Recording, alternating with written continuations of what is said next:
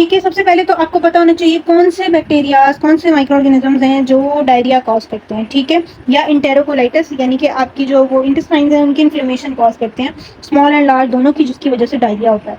अपने माइक्रो में ये सारे पढ़े हुए हैं, आप you just have to revise. Cholera, cholera है, कंपाइलोबैक्टर है, shigella, salmonella, typhi, enteric fever, typhoid fever, yersinia, E coli, pseudomonas, pseudomembranous colitis, बायसी डिफिसिल, विपल डिजीज है, और माइकोबैक्टीरियल इन्फेक्शन है, टीबी, टीबी जिसे हम कहते हैं, ठीक है। ये सारी कॉजेज होंगी।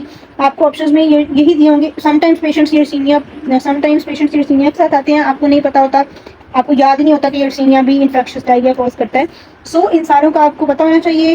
क्या इनके सोर्सेज रिजर्वायर हैं वो पता होने चाहिए, बिकॉज सिनेरियो के अंदर ये चीज़ दी होगी कि उसने पोल्ट्री कोई प्रोडक्ट खाई, उससे उसको डायरिया हो गया, उसने चिकन से रिलेटेड कुछ खाया, वो सी शेलफिश खाई उसने, तो ये चीज़ें इसलिए इंपॉर्टेंट है, ठीक है।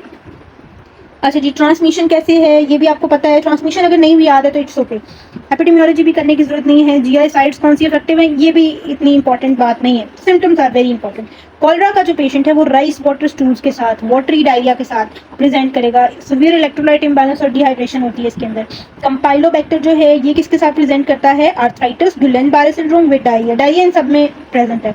शिगेलोसिस, शिगेला ब्लडी डायरिया के साथ आता है, ठीक है। साल्मोनेला, साल्मोनेला की जो साल्मोनेला इंटेरिडाइटिस की जो स्पीशीज है ना, और साल्मोनेला टाइफी, दोनों की डिफरेंट प्रेजेंटेशन है। जो साल्मोनेला इंटेरिडाइटिस होता है वो फूड पॉइजनिंग के जैसे सिम्टम्स होते हैं, डायरिया भी होती है, वॉमिटिंग होती है, नोजिया होता है, ठीक है।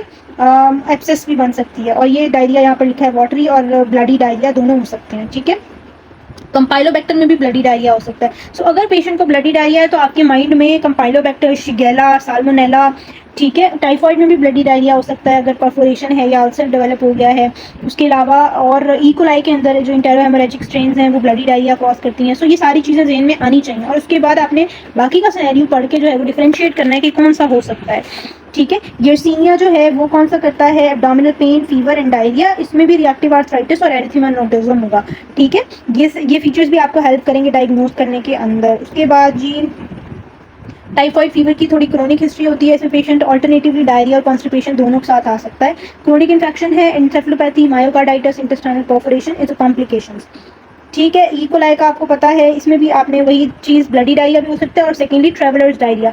समटाइम्स पेशेंट जो है वो ट्रैवल करके आते हैं और उनको इकोलाई, ट्रेवलर्स डायरिया इसको हम कहते हैं। ड्यूरिंग ट्रैवलिंग कंटामिनेशन हो जाती है, उन्होंने कंटामिनेटेड वाटर पी लिया, सो ऑन, ठीक है। इसी तरह एक और इन्फेक्शस होता है हमारे पास, जो माउंटेन्स वगैरह पर हाइकिंग वगैरह के लिए या नॉर्दर्न एरियाज में लोग जाते हैं, वहाँ पर लेक्स का, रिवर्स का पानी पीने से भी इन्फेक्शन होता है, डायरिया होता है, that is due to giardia, that is very also very common. यहाँ नहीं लिखा बट नोट कर लें कहीं पे, अगर आपको सिनेरियो में ये लिखा जाता है कि हिली एरियाज में कोई गया है, लेक रिवर का पानी पिया, तो जियार्डिया आना चाहिए आपके ज़हन में, ठीक है। और इसके अलावा जो एंटमीबा हिस्टोलिटिका है वो भी डायरिया कॉज करता है, ब्लडी डायरिया कॉज करता है, वो भी डिफरेंशियल्स में आना चाहिए। यहाँ पर बैक्टीरियल लिखे हुए सारे, बट वो भी आने चाहिए।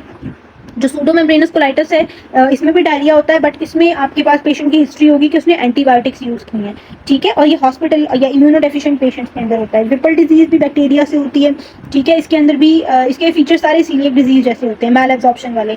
और माइकोबैक्टीरियल इन्फेक्शन के अंदर भी मैल एब्जॉर्प्शन वाले सिम्टम्स होंगे, और वो भी इम्यूनो कॉम्प्रोमाइज पेशेंट्स के अंदर होता है मोस्ट कॉमनली, ठीक है। सो ये टेबल के अंदर ये सारी चीज़ें लिखी हैं, आपको टेक्स्ट पढ़ने की जरूरत नहीं है, जो आगे इन्होंने डिटेल में हर एक को एक्सप्लेन किया है, जैसे विब्रियो को, फिर शिगेलोसिस, साल्मोनेला, हर एक को एक्सप्लेन किया गया, तो वो बिल्कुल अलग से करने की ज़रूरत नहीं है।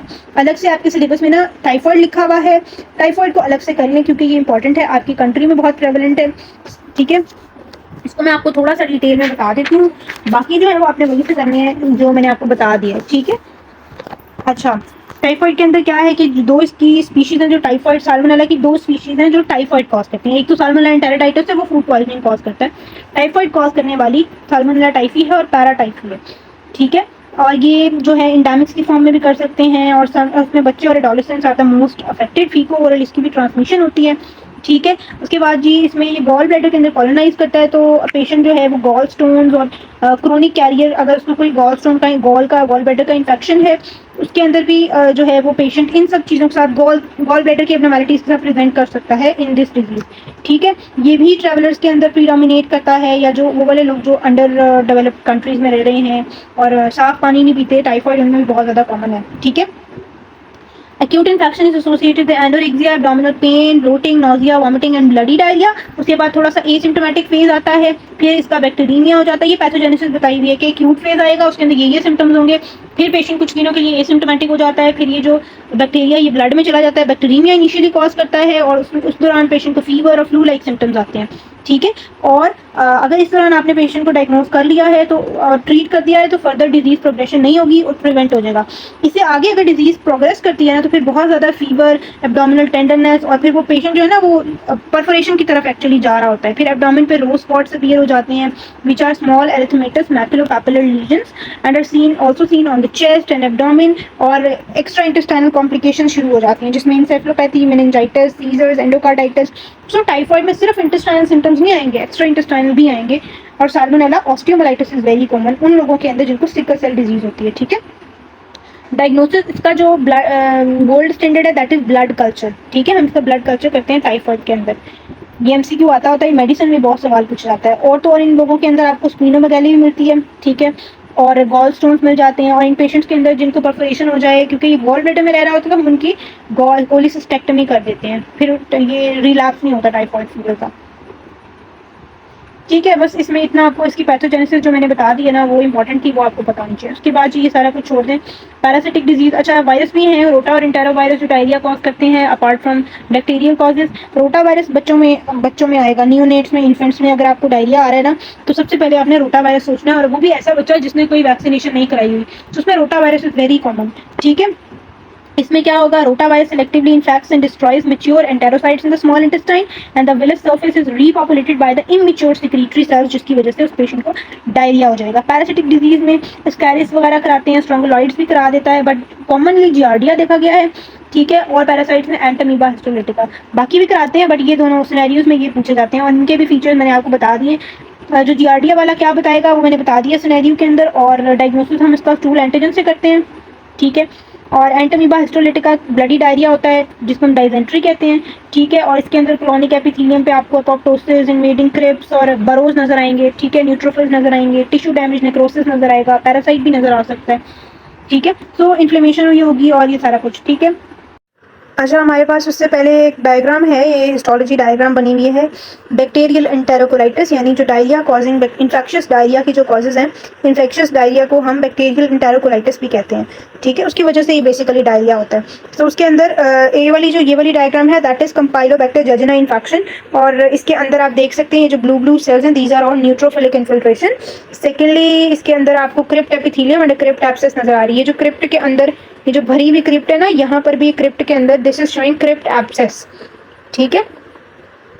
और उसके बाद जो बी वाली जो डायग्राम है this is entero invasive E coli infection, ठीक है। ये ई कोलाई आपको थोड़ा थोड़ा इसमें रेडिश टिंट नजर आ रहा है। It is similar to acute self limiting colitis.